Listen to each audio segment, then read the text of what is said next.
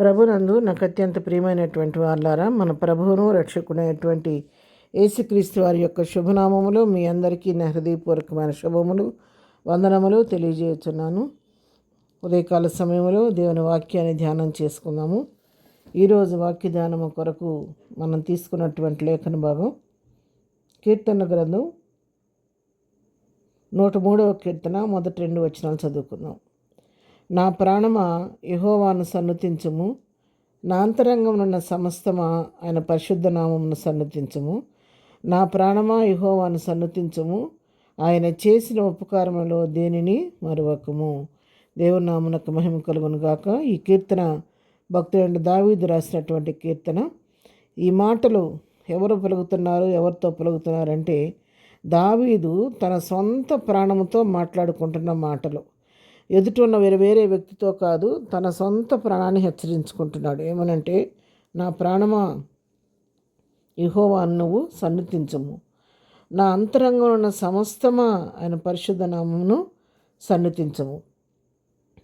నా ప్రాణమా యెహోవాను సన్నుతించుము, ఆయన చేసిన ఉపకారములలో దేనిని నువ్వు మరవద్దని తన ప్రాణాన్ని హెచ్చరించుకుంటున్నాడు. అవును, దావీదు ప్రభు పైన ఆనుకొని జీవించినటువంటి వ్యక్తి, ప్రభు దగ్గర నుంచి అనేకమైన మేళను పొందిన వ్యక్తి, అన్ని అనుభవాల్లో కూడా ప్రభుతో కూడా నడిచినటువంటి వ్యక్తి. కాబట్టి దావీదు తన ప్రాణాన్ని హెచ్చరిస్తున్నాడు. నా ప్రాణమా, ఒకవేళ ఇప్పుడు నువ్వు రాజునయ్యావని, రాజరికంలో ఉన్నానని చెప్పి అతిశయిస్తున్నావేమో, కానీ నేను ఏ స్థితిలో నుంచి నా దేవుడి పైకి తీసుకొచ్చాడో నువ్వు మర్చిపోవద్దు.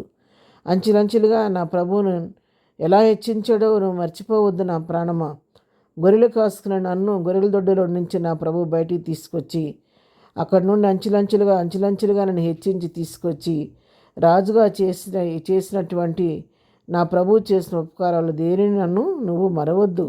శత్రువు నన్ను తరుముతున్నప్పుడు, మరి మరణాపాయ పరిస్థితుల్లో ఉన్నప్పుడు కూడా నా ప్రాణాన్ని నా ప్రభు ఎలా రక్షించాడో నువ్వు మర్చిపోకుండా వాటన్నిటినీ జ్ఞాపకం చేసుకొని, ఆయన చేసిన ఉపకారములన్నీ నువ్వు దేనిని మరవకుండా వాటన్నిటిని జ్ఞాపకం చేసుకొని, నా అంతరంగంలో ఉన్న సమస్తమా మీరు నా ప్రాణాత్మ శరీరములారా నా ప్రభువుని సన్నుతించండి, యెహోవాను సన్నుతించండి అని హెచ్చరిస్తున్నాడు.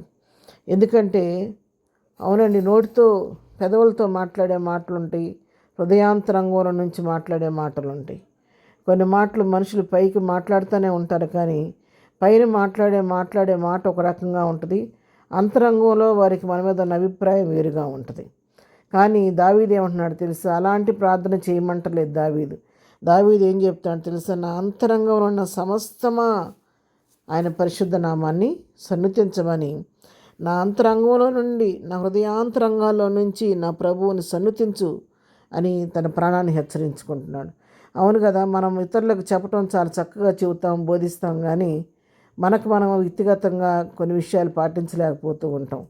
సహజంగా దేవుడు చేసిన మేళను మనం మర్చిపోతూ ఉంటాం. ఎన్నో ఉపకారాలు ఆయన దగ్గర నుంచి ఎప్పుడూ పొందుకుంటూనే ఉంటాం, ఎన్నో మేళను పొందుకుంటూ ఉంటాం, కానీ చేసిన మేళను మర్చిపోయి మరి మాటికి ఏదో ఒకటి జరగని కార్యాన్ని పట్టుకొని దాని గురించి ఆలోచిస్తూ వేదన పడుతూ దిగులు పడుతూ ఎన్ని సంవత్సరాలు ప్రార్థన చేసినా నా ప్రార్థనకి జవాబు రాలేదని దాని గురించి కృంగిపోతూ ఉంటాం. కానీ అత్యధికమైన మేళ్ళు ప్రభువు చేసిన వాటిని జ్ఞాపకం చేసుకొని దేవుని స్తుతించేవారుగా చాలాసార్లు మనం ఉండలేకుండా వెనకబడిపోతూ ఉంటాం.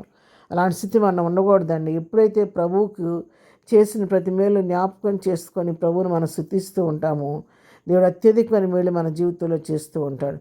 నీ జీవితంలో, నా జీవితంలో మేలు కావాలి, అభివృద్ధి కావాలంటే ఒకటే స్తోత్రం, చేసిన మేళను జ్ఞాపకం చేసుకొని ప్రభు స్తుతించడం మొదలుపెట్టండి.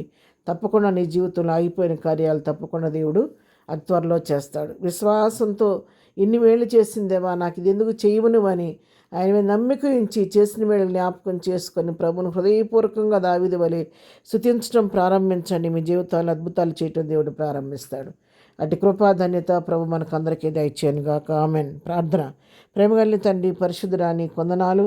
దావీదు ప్రభు చేసిన మేర మరొక ఉపకారాలన్నీ తలపోసుకుంటూ తన ప్రాణాన్ని హెచ్చరిస్తున్నాడు. నా అంతరంగంలో ఉన్న సమస్తమా ఆయన పరిశుద్ధ నామమును సన్నుతించమని చెప్తున్నాడయ్యా. ఆ విధంగా మేము కూడా ప్రతి మేలును పొందుకున్న, అనేకమైన మేలు పొందుకున్న మేము కృతజ్ఞతాభావంతో ప్రతినిత్యం చేసిన ప్రతి మేలును బట్టి నేను స్థితించేవారిగా మహింపరిచేవారికి ఉండడానికి సహాయం చేయండి. ఏదైనా వాక్యమైన బిడ్డలను కూడా దీవించట కృంతా బుద్ధి ప్రతి వారిలో పుట్టించండి. ఏదైనా చేయి పనిపాట్లో రాకపోకలో తోడుగుండండి.